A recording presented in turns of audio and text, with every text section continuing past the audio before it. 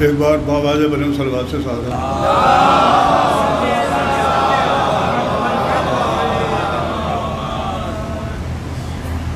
کلام کے چند اشعار پیش کرنے سے قبل ایک دو باتیں عرض کر دینا ضروری سمجھتا ہوں۔ ایک تو ابھی پرسوں میں نے یہاں مجلس کے بعد دیکھا کہ زیارت جو پڑھائی گئی اس میں بہت زیادہ غلطیاں تھیں، تو ان لوگوں کو چاہیے کہ قبلہ و کعبہ تشریف فرمائیں نا، ان کو سنائیں اور اس میں تصحیح کر لیں۔ ایسے لوگ زیارت نہ پڑھائیں جن کو اس کے الفاظ صحیح طرح یاد نہ ہوں، اس بات کا دھیان رکھا جائے۔ دوسری چیز مجھے یاد آ گئی، میں عرض کرنا چاہ رہا تھا پہلے اس کو، ایک نوحہ 10 محرم میں عام طور پر پڑھا جاتا ہے مجلسوں میں، گھبرائے گی زینب، جو پاکستان سے سید ناصر جہاں صاحب نے شام غریبہ میں پڑھا ہے، اور شام غریبہ ہی میں لوگ پڑھتے ہیں۔ اصلاً وہ نوحہ شام غریبہ کا نہیں ہے، 20 صفر کا ہے، چہلم کا ہے۔ وہ بین جناب زینب کے لاش حسین پر نہیں ہے، قبر حسین پر ہے۔ آپ اس کے مصرے اگر پڑھیں گے تو پتہ لگ جائے گا، ایک شعر اس میں کلیئر کرتا ہے اس معاملے کو، بے پردہ ہوئی قید بھی خواہر نے اٹھائی اور موت نہ آئی۔ مصرع بتا رہا ہے کہ شام غریبہ کا نہیں ہے، بہت بعد کا ہے۔ تو قبر حسین پر امام حسین کے بین ہیں، اور یہ اشعار کسی مسلمان یا شیعہ شاعر کے لکھے ہوئے نہیں، اس کے شاعر ہیں چھنو لال دلگیر، یہ ان کا لکھا ہوا ہے۔ بہرحال یہ تعلق اس کا 20 صفر سے ہے، 10 محرم سے نہیں۔ اور اس کے علاوہ جو دیگر دو ایک باتیں ہیں، میں نے پچھلی پیشخانی میں وعدہ کیا تھا کہ جو محفلوں کی صورتحال چل رہی اس پر تبصرہ ہو نہیں پایا تھا، اور اپنی محفل جو ایک جشن ہوا تھا یہاں، اس کے لیے میں نے کہا تھا کہ جو نقصان آپ لوگوں نے کر دیا آپ کو اس کا اندازہ نہیں ہے۔ اس نقصان کی طرف میں تھوڑا سا اشارہ آج کروں گا۔ یہ بے فکر رہیں کہ اپنے جو مقررہ میرے 15 منٹ ہے میرے پاس، اس سے زیادہ نہیں لوں گا میں پیشخانی کی، لیکن یہ کچھ بولنا بہت ضروری ہے، اس لیے عرض کر رہا ہوں کہ دیکھیے محفلوں میں اب قبلہ و کعبہ نے امامی حال میں پڑھا، اور دوسرے ناواقفیت جو لوگوں میں بہت زیادہ پائی جاتی ہے، اس کے نقصانات بہت زیادہ۔ سب سے بڑا نقصان یہی ہے کہ محفلوں کا سارا رنگ بگڑ گیا ہے، کسی کی سمجھ میں کچھ آتا نہیں، نعرے بازی شور شرابہ وہ سب وہ اسی لیے ہوتا ہے۔ اچھا جنہیں کچھ نہیں آتا وہ ہے در ہے در ہے در، ذرا دیکھیے گا، کلپ موجود ہوگی لوگوں کے پاس، اس میں دیکھیے گا کون سا طبقہ ہوتا ہے یہ جو اس نعرے کو بہت زیادہ زور شور سے، اسے کچھ آتا ہی نہیں، وہ اور کرے بھی کیا، پتہ کچھ نہیں اسے، شاعر کیا پڑھ رہا ہے اسے نہیں معلوم، تو اسے ادھم تو مچانا ہے ہی ہے، دکھانا ہے کہ ہم بھی ہیں محفل میں، وہ ہوتا ہے۔ اچھا اور دوسرے سامعین کی باقی بھی صورتحال بڑی عجیب و غریب ہے۔ کبھی میں جو کہتا تھا کہ صاحب لوگوں کو اردو نہیں آتی سب کچھ ہو، تو پچھلے سال کچھ سن کے شبہ ہوا کہ لوگ تو فارسی داں بھی ہیں، شاید میں ان کی اردو ہی نہیں مان کے دے رہا ہوں۔ لیکن اس محفل کا جو نظارہ میں نے کلپ میں دیکھا، پوری کلپ تو میں دیکھ نہیں پایا، بہت بڑی ہے، اتنا وقت میرے پاس ہے نہیں، محفل میں موجود نہیں تھا، اور بڑا اچھا ہوا کہ نہیں تھا۔ تو اس میں آپ کو ایسے مناظر ملیں گے کہ شاعر نے مصرع شروع کیا اور آواز آئی واہ، سبحان، ابھی شروع کیا ہے اس نے، یہ تو غیب دانی کی منزلوں میں آ گئے ہمارے سامنے۔ اردو دانی اور فارسی دانی تو وہ سب بہت پیچھے رہ گئی، شروع کیا ہے۔ فائز صاحب کو ابھی پتہ نہیں چل رہا کہ بیچارہ کیا کہنے جا رہا ہے، لیکن سامعین کی اردو شاید کچھ زیادہ ہائی فائی ہے، وہ بہت پہلے سمجھ گئے۔ اچھا تیسرے کیا کارنامہ انجام دیا لوگوں نے وہاں، مستند شاعر ماہر فن شہزادہ گلریز تشریف فرما تھے، ان سے فرمائش کر دی گئی دوسرے شاعر کے کلام کی، حد کر دی یہاں آپ لوگوں نے بھائی، کسی بھی شاعر سے دوسرے شاعر کے کلام کی فرمائش کر دینا یہ اس کی سر عام توہین ہے بھیا۔ اندازہ نہیں آپ کو، آپ لوگ کیا کر رہے ہیں. آفت یہ ہے کہ آداب مجلسی کا آتا پتہ ہی نہیں آپ کو. وہ سیکھیں گے آپ تب جب آپ اردو پڑھیں گے. یہ میں گارنٹی سے کہہ رہا ہوں، ممبر سے کہہ رہا ہوں. اردو سکھاتی ہے آداب مجلسی، اس کے بغیر نہیں ہونے والا. چاہے قوم انتظام کرے، نوجوانوں کی تعلیم کا جو بھی کچھ کیا جائے، لیکن اس کے بغیر یہ بات بننے والی نہیں ہے. کیا کر ڈالا آپ لوگوں نے؟ اس شاعر سے فرمائش کر دی دوسرے شاعر کے کلام کی. وہ بھی بھرا بیٹھا تھا، جو کچھ ہو رہا تھا اس کو جھیل رہا تھا وہ شخص کسی طرح. موقع ملتے ہی اس نے اینٹ کا جواب دیا پتھر سے. جملہ آپ لوگوں نے سنا ہی ہوگا، ایسے احمقانہ شعر میں نہیں کہتا. اس کا مطلب ہے آپ احمقانہ شعر سنتے ہیں، یہی مطلب ہوا نا. جملہ نہیں سنا آپ نے ان کا؟ کیا کہہ دیا اس شخص نے؟ اس لیے کہہ دیا کہ آپ نے موقع بھرپور دیا، اور اس کے پس پشت تھی آپ کی جہالت، اور کچھ نہیں. یہ فرمائش ہونی نہیں تھی. وہ چیز کہیے جس کے بارے میں آپ کو یقین کامل ہو کہ ہم جانتے ہیں کس کا کلام ہے اور کیا ہے. اور معیاری کلام کی فرمائش کیجیے تو اچھا رہے گا. جس نے بڑے استاد شاعر صاحب نے اس طرح کی بات کر دی تو وہ تو پلٹ کر حملہ کرتا ہی. جو کچھ حرکتیں سامعین کی طرف سے دیکھنے میں آ رہی تھیں، اناؤنسر نے بھی ایک دو جگہ چوٹ کی ہے. یہ حد ہو جاتی ہے اس بات کی کہ آپ لوگ کہاں ہیں. تو ان سب چیزوں کا دھیان رکھا جائے بھائی. یہ سب کے پیچھے جہالت ہی ہے اور کچھ نہیں ہے. آپ اس زبان کو سیکھیے جو زبان محفلوں میں اٹھنا بیٹھنا سکھاتی ہے. اس کے بعد بہت بڑا نقصان یہ ہے کہ علماء کبھی کبھی اشارتاً کچھ کہہ جاتے ہیں، وہ کسی کے بلے نہیں پڑتا. ذاکر نے بڑی محنت سے نقطہ پیش کیا، مگر وہ جو الفاظ اس کے آ گئے اس کا آتا پتہ کسی کو، اب وہ سب بھنگے بھاڑے میں مل گیا. شاعروں کو نقصان تو ہوتا ہی ہوتا ہے. انہوں نے بھی حل نکال لیا، کسی نے گانا شروع کر دیا، کسی نے ڈانس کرنا شروع کر دیا، تو وہ رستے ان لوگوں نے نکال لیے. بعض دونوں ہی کام کر جاتا ہے اللہ کے فضل سے، ایسا بھی ہے. تو یہ ساری چیزیں اسی بنا پر ہو رہی ہیں. سب کی جڑ میں جہالت کار فرما ہے. اس کو دور کیجیے، اس کے بغیر بات نہیں بنتی. اچھا، دوسرا پہلو جو اس میں انتہائی افسوسناک تھا وہ تھا اس شاعری کا جو ہماری طرف سے پیش کی گئی. کیسے کیسے لوگ اسٹیج پر بیٹھے ہوئے تھے، ان کے سامنے اگر معیاری کلام پیش کیا جاتا تو وہ کہیں اچھا رہتا. لیکن میں نے جو کچھ کہہ لیا میں سمجھ رہا ہوں کہ یہی معیاری ہے. سیکھا میں نے کچھ نہیں ہے، مشق میری کچھ نہیں، علمی صلاحیت میری کچھ نہیں، مگر جو کچھ میں نے کہہ دیا ہے اب وہ اس فن میں حرف آخر ہے میرے نزدیک. وہ ٹھیک ہے، ہمارے نزدیک ہوگا. جو سن رہا ہے اس سے پوچھیے کیا ہے، کیا نہیں ہے. بھائی سب ہو رہا ہے. تو بہرحال یہ سب مجھے اس لیے بولنا پڑ رہا ہے کہ غالب نے کبھی کہا تھا کہ رکھیو غالب مجھے اس تلخ نوائی میں معاف، آج کچھ درد میرے دل میں سوا ہوتا ہے.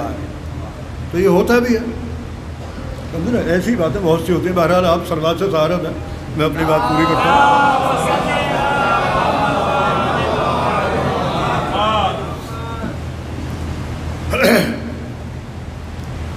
تو بلکہ کسی شاعر نے کہا ہے کہ اب یہ نیکی بھی ہمیں جرم نظر آتی ہے، سب کے عیبوں کو چھپایا ہے بہت دن ہم نے. تو یہاں یہ مجرم میں بھی ہوں، اس لیے کہ 20 سال سے میرے وطن میں جو کچھ ہو رہا ہے مصلحتاً خاموشی اختیار کر رکھی. اس لیے کہ لوگوں کی عادت یہ کہہ رہے بھائی کیوں، آپ کو کیا ضرورت پڑی اعتراض کرنے کی. اس سے انہیں کوئی مطلب نہیں کہ سامنے سے چیز غلط آ رہی ہے اس کی اصلاح کر لی جائے. وہ کہہ رہے ہیں بولنے والے یار یہ پتہ نہیں کہ دوسروں کو شاعری نہیں مانتے. اب ظاہر سی بات ہے گروپ بندیاں قائم ہو گئی، ہمیں بولنا بھی نہیں تھا. لیکن اس بولنے کا نتیجہ یہ ہے کہ اب گنتی نہیں ہے شاعروں کی، اور کیسے کیسے شاعر موجود ہیں وہ آپ لوگ جانتے ہیں. ہماری بھی اس وقت غلطی. لیکن پچھلے سال سے میں نے علماء کی تقریریں سنی تو ہمت ہوئی مجھے بھی کہ میں اس گناہ کا ازالہ کروں. وہ بہت ضروری ہے. اس محفل میں ہوا کیا تھا، کلام جو پیش کیے گئے ہمارے یہاں سے، ایک کلام پر تو جو نظریہ پیش کر دیا گیا تھا اس پر لوگوں نے اعتراض ہی کیا، اور باقاعدہ تو سوچنا پڑا لوگوں کو اس کو. تو وہ تو نظریے کی بات تھی. آگے بھی جو کلام پیش کیے گئے ہیں ان میں بھی خرابیاں تھیں. میں سب پر تبصرہ نہیں کر سکتا، ایک مثال پیش کر رہا ہوں، وہ بھی انتہائی معذرت کے ساتھ. اس لیے کہ مجھے معلوم ہے کچھ لوگوں کو ناگوار یقیناً گزرے گا، لیکن مثال دینا بہت ضروری ہے تاکہ آپ سمجھ لیں کہ کتنا نقصان ہو گیا ہوگا اس چیز سے۔ ایک شعر پڑھا گیا، کیا تھا وہ کہ خلد میں مجھ سے بولے فرشتے کس طرح آیا تو یہ بتا دے۔ میں نے اس کو بس اتنا بتایا یا علی کہتے کہتے ذرا سا غور کیجیے گا اس میں غلطی کیا ہوگی۔ خلد کا معاملہ ہے، یہ قبر کا معاملہ نہیں ہے۔ وہاں تو فرشتے کچھ پوچھیں گے ہی نہیں، جو بھی وہاں آیا ہوگا وہ یا علی کہنے والا ہی تو ہوگا، کسی دوسرے کے وہاں پہنچ جانے کا امکان تھوڑی ہے، یا ہے؟ یا علی کہنے والے کے علاوہ کسی اور کے خلد تک پہنچ جانے کا امکان ہے؟ ہمارا عقیدہ کیا بچے گا؟ ختم ہو گیا۔ اب فرشتے وہاں پوچھ رہے ہیں، جنت میں پوچھ رہے ہیں، اس سوال کی تو کوئی اوقات ہی نہیں ہے، حیثیت ہی نہیں، واحد سوال ہے۔ دوسرے لہجے پر غور کیجیے۔ میں جو عرض یہ کر رہا ہوں کہ شاعری کو ایک شاعر نے کہا تھا، بلکہ وہ بھی غیر مسلم شاعر نریش کمار شاہد، وہ کہتے ہیں شاعری خون جگر کا ہے لبالب ساغر، قبلہ سماعت فرمائے، شاعری خون جگر کا ہے لبالب ساغر، کسی کمظرف کی تفریح کا سامان نہیں۔ یہ کس لیے کہا انہوں نے کہ ہر شعر پر بڑی محنت کرنی چاہیے، شعر کہنے کے بعد اس پر تنقید کیجیے دشمن کی نظر سے، دیکھیے کہیں کوئی جھول تو نہیں چلا گیا۔ اب اس میں لہجہ بھی قابل غور ہے، تو اس سے پوچھا جا رہا ہے کس طرح آیا تو یہ بتا دے، یہ مذہب کا خیز بات ہے، یعنی یہاں تو کیسے آ گیا بھائی؟ یہ بڑی توہین آمیز چیز نہیں ہے۔ اس لہجے کو دوسرے طریقے سے آپ بدل کر کہہ سکتے ہیں، وہی اختیار کرنا چاہیے۔ ان چیزوں سے جتنا بچا جائے اس کا طریقہ وہی ہے کہ محنت پوری ہو۔ اچھا، جن لوگوں کے پاس تجربہ کم ہے، مشق کم ہے یا مطالعہ کم ہے، تو اساتذہ ہندوستان میں ایک سے ایک موجود ہیں، ان سے رابطہ کیجیے اور بغیر ان کے مشورے کے آپ کچھ پیش مت کیجیے، اس میں نقصان ہی ہوگا۔ تو اور بھی یہ سب ہوا ہے، لیکن مجھے باقی مثالاً ایک شعر عرض کرنا تھا تاکہ اندازہ ہو جائے کہ یہ وہاں نقصان کتنا زیادہ ہو چکا ہے۔ آگے ان سب چیزوں کا دھیان رکھا جائے، اور میں نے کسی کی دل آزاری کے لیے یہ کچھ نہیں کہا ہے، بلکہ صرف اس لیے کہ ان محفلوں میں جو کچھ خرابیاں واقع ہو رہی ہیں ان پر روک لگائی جائے، اور محفلوں کا وقار بحال کیا جانا چاہیے جس کو بہت زیادہ نقصان پہنچ چکا ہے۔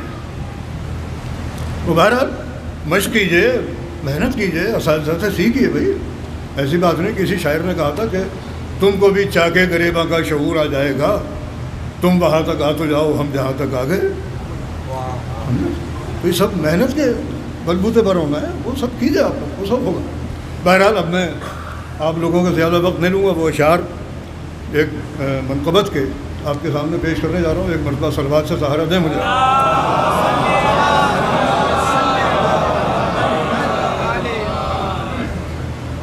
اور یہ کلام بھی میں خاص طور پر پیش کر رہا ہوں، اس میں آپ کچھ فنی باریکیاں دیکھیے گا، 2-3 شعر اس طرح کے آئیں گے۔ جن لوگوں کو فن شعر سے ذرا سا بھی ربط ہے ان کے لیے خاص طور پر ایک درس کی حیثیت بھی وہ اشعار رکھیں گے، اس لیے۔ اور صرف چند شعر، ایک مطلب اور 2-3 شعر۔ مجھے معلوم وقت زیادہ ہو رہا ہے تو میں زیادہ وقت لوں گا نہیں آپ کو۔ مطلب حاضر کیا مصر طرح تھا جو کہ پورے میں ایک محفل ہوئی تھی، اس میں مصر طرح دیا گیا تھا، صرف تیرا ہے لقب ام ابیہا فاطمہ، اس پر میں نے کچھ شعر کر لیا، 2-4 شعر اس میں سے آپ سماعت فرما دیں۔ مرحلہ نازک ہے تیری منقبت کا فاطمہ،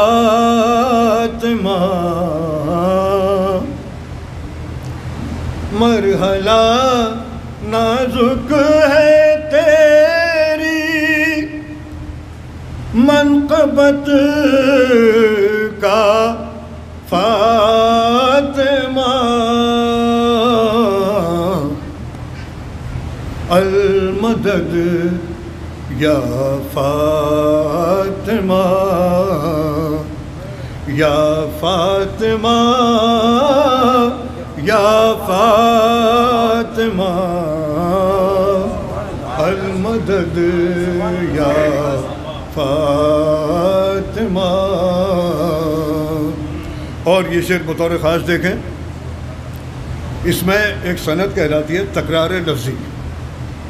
کچھ لفظوں کی تکرار بار بار ان کو لایا جاتا ہے، لیکن غلط طریقے سے استعمال کیا جائے تو عیب بھی پیدا ہو جاتا ہے شعر. لیکن اس کو صحیح طریقے سے استعمال کیا جائے تو شعر میں لطف زبان پیدا ہو جاتا ہے. ملاحظہ فرمائیں. بے سہاروں کا سہارا رحمت للعالمین. الفاظ پر نگاہ رکھیے گا، مصرع ثانی توجہ سے سماعت فرمائیں. بے سہاروں کا سہارا رحمت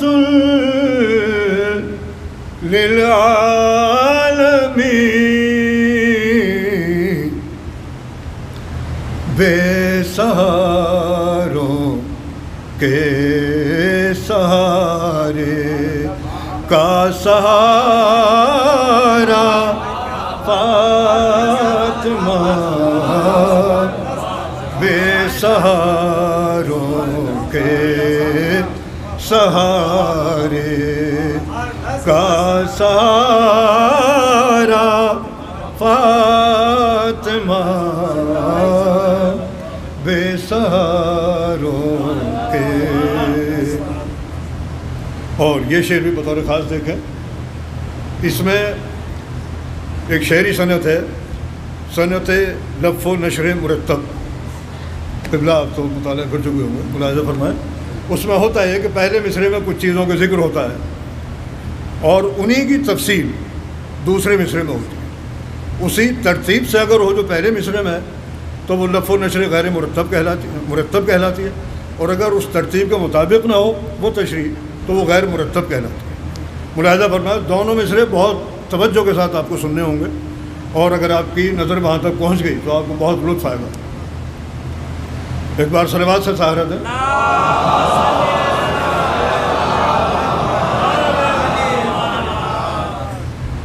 بانیے دی حامیے دی ضامنے الہی دی. ایک شخصیت کا ذکر نہیں ہے، تین الگ الگ ہیں. تشریح دوسرے مصرعے میں سنیے گا. بانیے دی حامیے دی ضامنے الہی دی. تیرا بابا تیری مادر تیرا کنبہ فاطمہ. تیرا بابا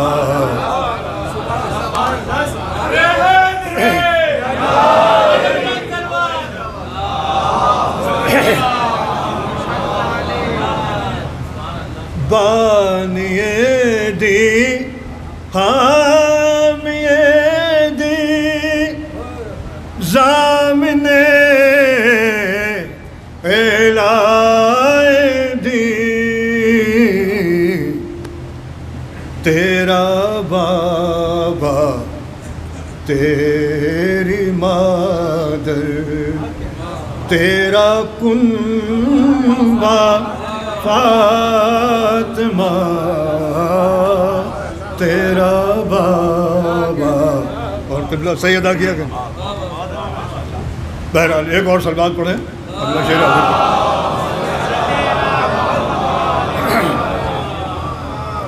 اس شعر کا مضمون دیکھیے، بطور خاص حاضر کر رہا ہوں. ملاحظہ فرمائیں.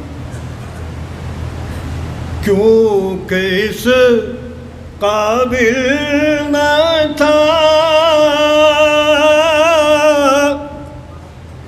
دونوں جہاں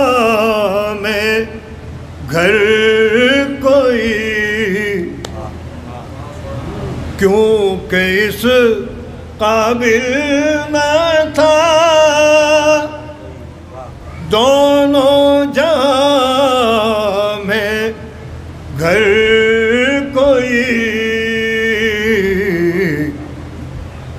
تیرا ہم سر حق نے اپنے گھر سے بھیجا فاطمہ، تیرا ہم سر کیونکہ اس قابل نہ تھا دونوں جہاں میں گھر کوئی، تیرا ہم سر حق نے اپنے گھر سے بھیجا فاطمہ۔ اور ایک اور شعر نازل فرمائے، سورہ کوثر کا جواب شعراء عرب لانے سے قاصر رہے تھے، تو اس کی ایک نئی وجہ میں حاضر خدمت کر رہا ہوں، ملاحظہ فرمائیں۔ وہ قصیدہ گو عرب کے کیسے لا پاتے جواب، وہ قصیدہ گو عرب کے کیسے لا پاتے جواب، سورہ کوثر میں تھا تیرا قصیدہ فاطمہ، سورہ کوثر وہ قصیدہ گو عرب کے کیسے لا پاتے جواب، سورہ کوثر میں تھا تیرا قصیدہ فاطمہ۔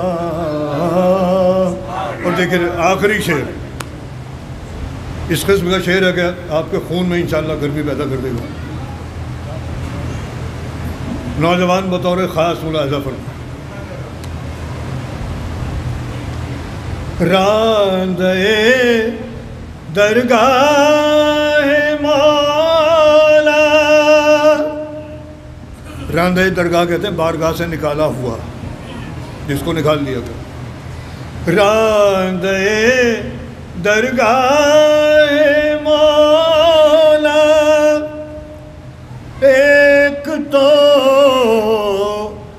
ابلیس ہے،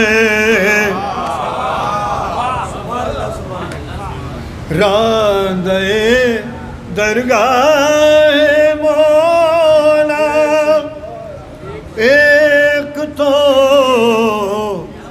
ابلیس ہے، دوسرا وہ جس نے تیرا گھر جلایا فاطمہ۔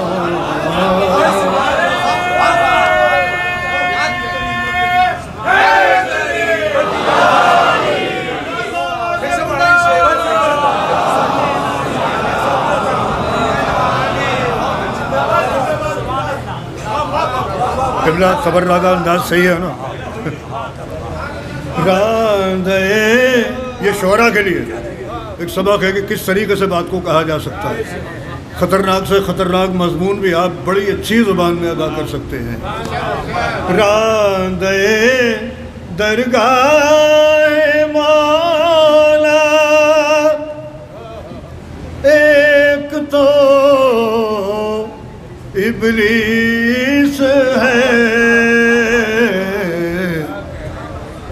دوسرا ہو جس نے تیرا گھر جلایا فاطمہ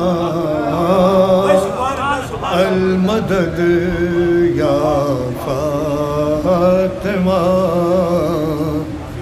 یا فاطمہ یا فاطمہ